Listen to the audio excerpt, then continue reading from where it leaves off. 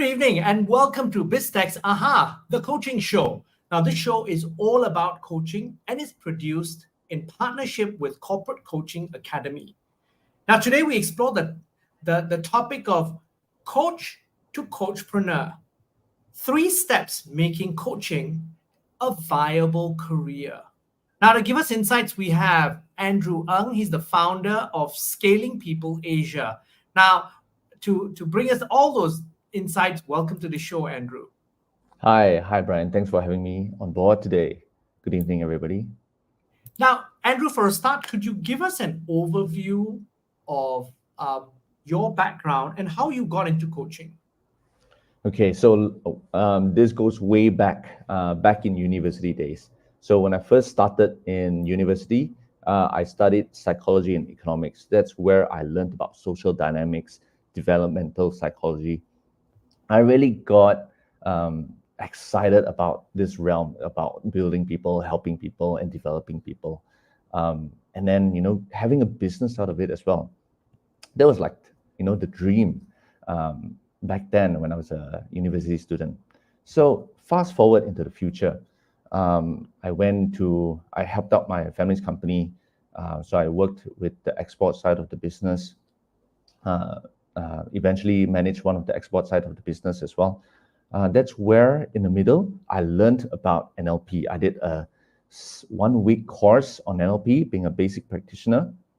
And I was like, in the realm of coaching again, in front of an NLP coach, I'm like, yes, this is what I want to do. If I could earn money doing what I love to do, that'll be awesome. Then fast forward to about 2018. That's when I decided to, step out of the family business and, really take a leap of faith into the coaching business and start my own coaching practice. Around that time, that's when I met Corporate Coach Academy, Michael here. I was introduced to them by my coach, Grace Tan. Shout out to you. So that's where I really got into, getting my certification as a coach and starting a coaching practice. That's how I started my coaching practice or my coaching journey, just really for the love of developing people and making a business out of it. And I love businesses. So that's the best of both worlds, basically. And that's where I am today. And now, Andrew, so I think this is a very hot topic. Really coaching as a business and the evolution of it through the different stages. You start off, obviously, coaching is labor intensive as such. You are trading time for money. Walk us through that and then how you actually evolve to the next step. Yeah. So, as coaches, we started out, very gung-ho, okay, I got to go hustle, I get all my coaching hours in, I go out, tell everybody I'm a coach. And then I think there was a point of time where I squeezed like 6 hours of coaching in a day. 6 sessions. And it was, week to week, back to back, that kind of thing. And although it was really fulfilling as a coach, but that was when I realized at a point of time was, oh man, I'm trading time for money. I'm actually, stuck. Once I lock in time with my coaches, and I need to survive on those money, there's a little bit of a bad taste to coaching. Like, yes, I want to help all these people. I want to build a business, but there's time and money involved. Like, you want to earn money at the same time, but there are other important things that you want to do. Supposedly, the life of building a coaching business gives you time, the freedom of time. In a way, it has.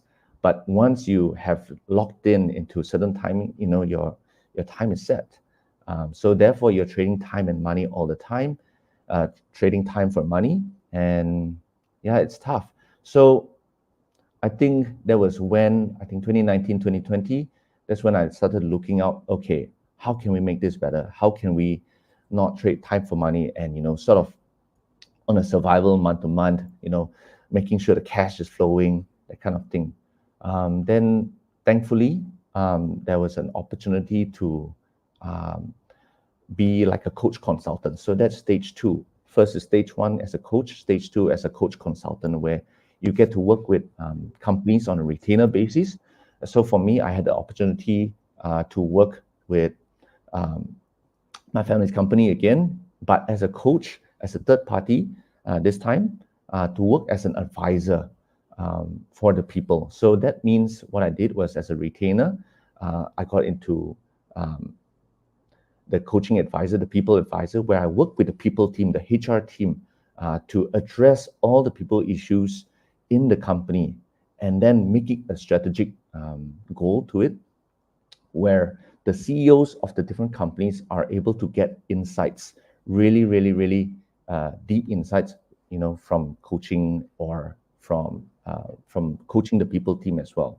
And that's where we could turn it into, strategic objectives on a company as a whole. And that means I was allowed to be on a retainer to, you're not trading time for money as much anymore. You're trading value for money, and that allowed me to free up some time as well. Yeah, so that was. And that's a very important shift, because one of the key things is actually it may even work out better for both parties, because initially it may be and I'm just using an example. The coach says, okay, the CEO says, okay, I need some coaching, or some of my one level down needs some coaching, and then you've proved your value from a time for money perspective. Then they say, actually, hey, this guy's got quite strategic insights.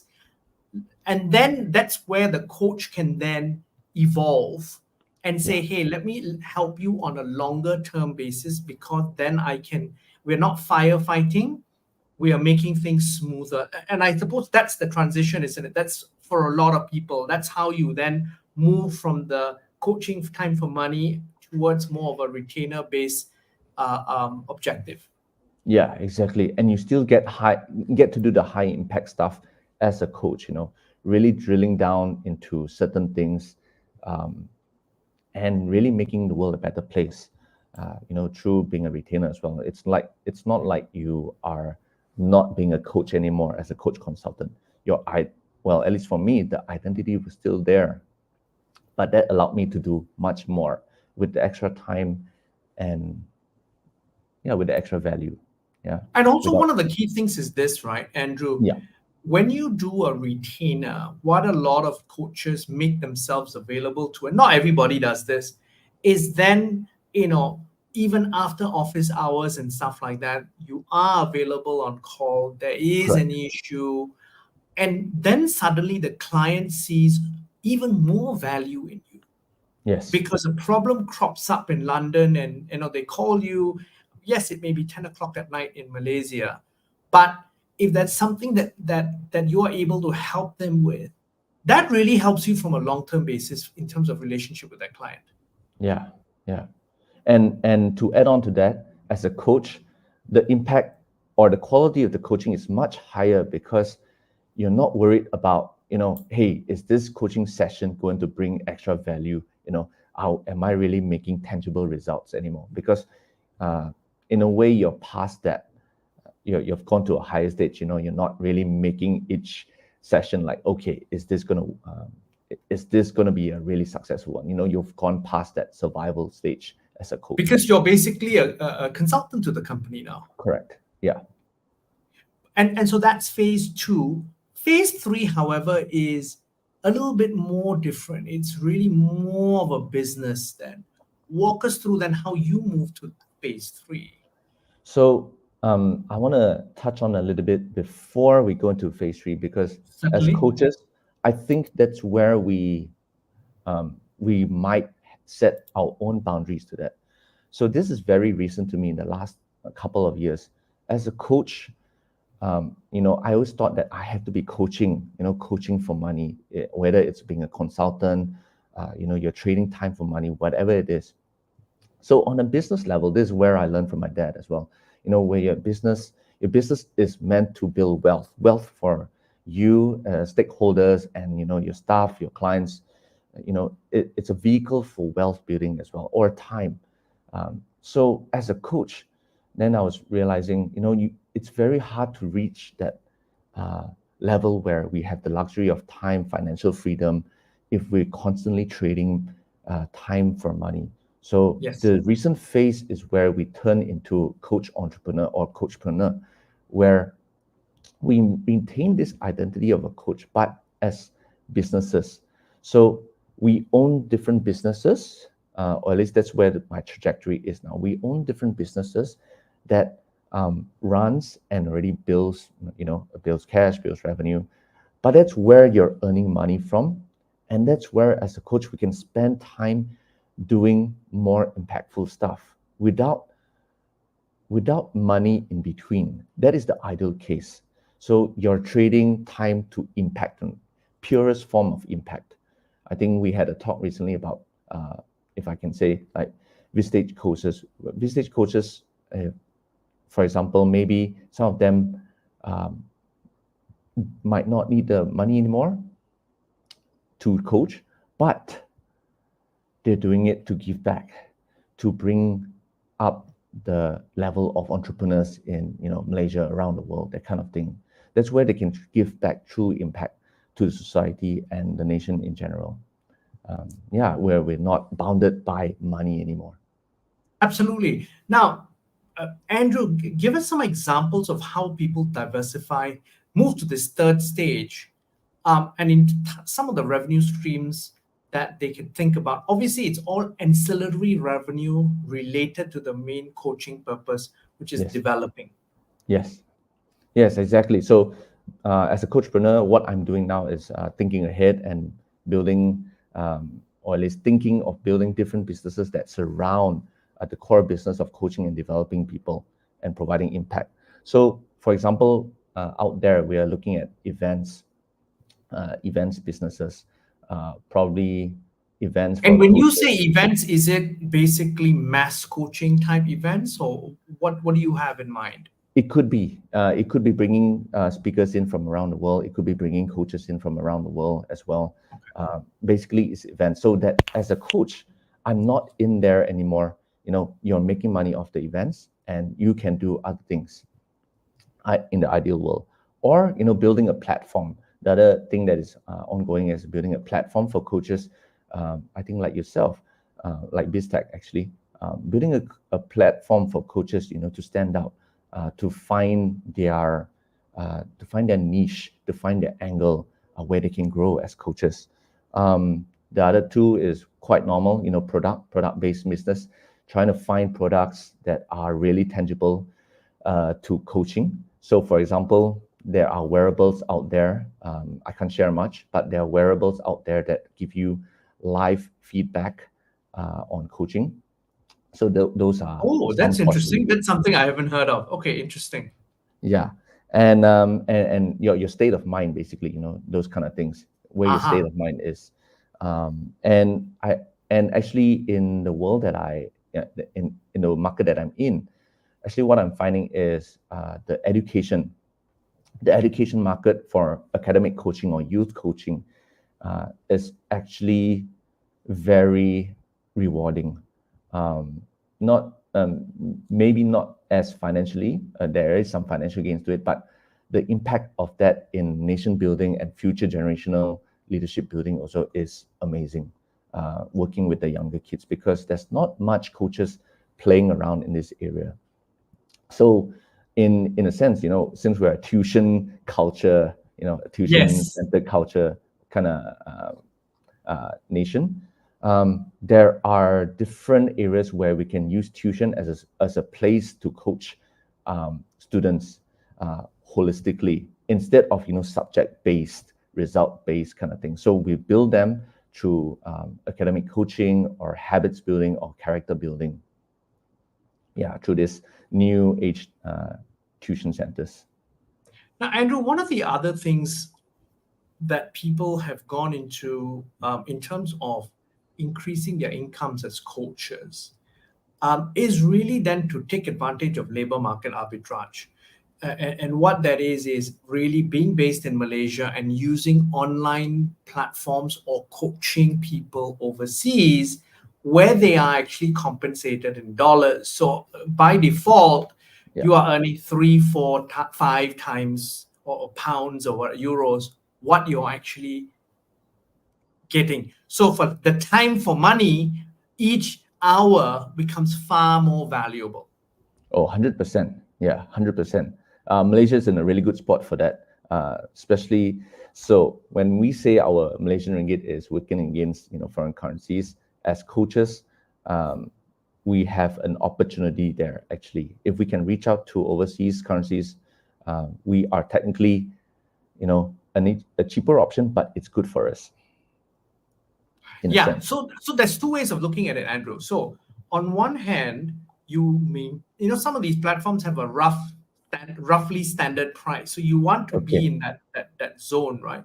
So the most senior coaches or the well-known coaches who have, say, a Rolodex of very good clients don't have to discount, can probably charge the same amount, get coaching, and so essentially then they get a higher ticket size per hour. But not only that, because of the currency arbitrage, suddenly you're basically getting 6, 7 times what you're actually getting paid in Malaysia.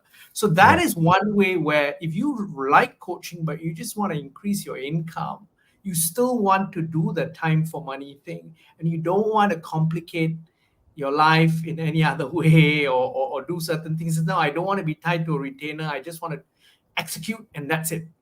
That could be a very good way to then amplify your earnings fairly quickly. Yeah, 100%. Or I think there are many platforms out there now as well. If you can leverage on that, maybe even if you can connect to the right people inside of those companies, same thing. You get, I guess, firsthand choice on certain coaching opportunities.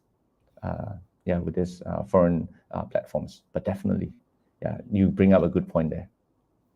Now, Andrew, your company, you go the next level, isn't it? Scaling impact. You collaborate with other coaches. Tell us what you do and how that benefits you as a company as well as other coaches. Okay, so in this sense, so I think what we want to talk about here is collaborating with other companies that have also network of coaches, and that's where we set up events to give the added value to their clients. And in this case is similar to business seminars, but these business seminars are focused on how to scale your businesses through, either your people, your leadership development, organizational structure, or strategies or cash and all that. So it's very business centric, collaborating with other coaches to come up with an event or a seminar or a summit so that, we can grow the entrepreneur ecosystem together here in Asia at the same time. Now, at this point, I just want to stop you here and just do a shout out. Simon Su says hello to us from LinkedIn. I think it's probably somebody that you know. Yes. And from YouTube, we have a question. Okay. Misa says, hi, Andrew, insightful session so far. Can you please share how you refrain from being emotionally attached to the client while coaching? Now, this is especially when you know the inside outs and the pain points of that client. So this is what I would say. As a coach, we have to do the deep work first, the inner work. There is something what we call the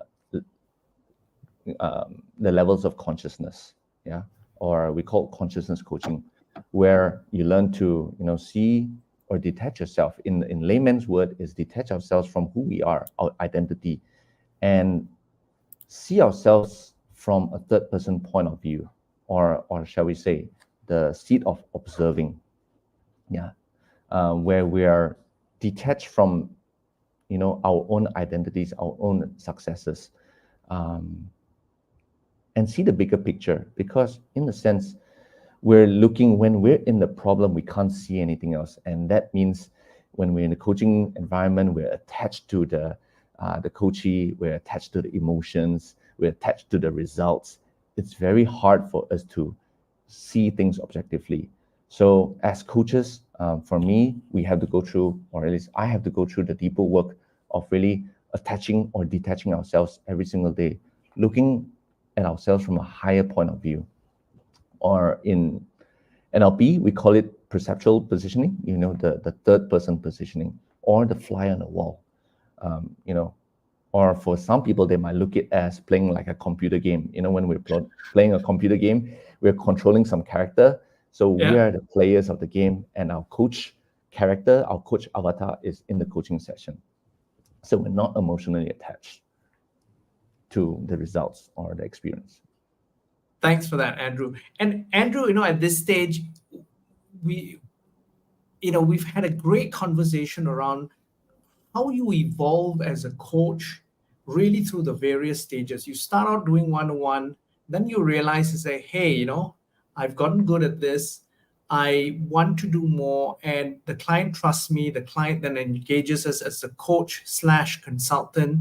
And then after that, we walk through the third stage, which is really around then looking at the ancillary revenue opportunities that are around coaching, and then building different revenue streams. Yeah. And so your insights have really given us, I think, a lot of coaches kind of a roadmap in terms of, and everyone is an individual. Everybody wants to do a different thing, but it gives a roadmap. Thank you very much for doing that. But before we leave, Andrew, any final thoughts you'd like to leave the audience with? For me is, as a coach on this journey, and if you're really wanting to build a coaching practice, as for me, I was a young coach, really just really brash, coming out and really naive, really ideal, wanting to do so many things, save the world while making money. In the road to being a coach and living with money, dealing with money, the psychology of money comes into play really greatly. And if we really want to make it big and at the same time enjoy the somewhat luxuries of life and more revenue, having time for ourselves to do the important things and not worrying about money, we have to think bigger than just being a coach. Don't get stuck on being a coach. Build businesses around coaching. I think that will be where the journey is for all of us. Just a disclaimer, I'm still on that journey as well. But this was the major insight that I was being blocked by my own identity as a coach. So all the best coaches out there that wants to that have the same spirit and wanting to build a coaching business, at the same time wanting to make an impact to the world. Andrew, it's been a pleasure meeting you, and thank you very much for sharing your insights on the show. Thank you, Brian, and thank you, everybody. Now, we've been speaking to Andrew Ng, founder of Scaling People Asia. I'm Brian Fernandez, and this has been BizTech's Aha, the Coaching Show, which is produced in partnership with Corporate Coaching Academy. The show will be on our website, www.biztech.asia, as well as our syndication partners, TV stations, radio stations, and websites. Thanks a lot for tuning in.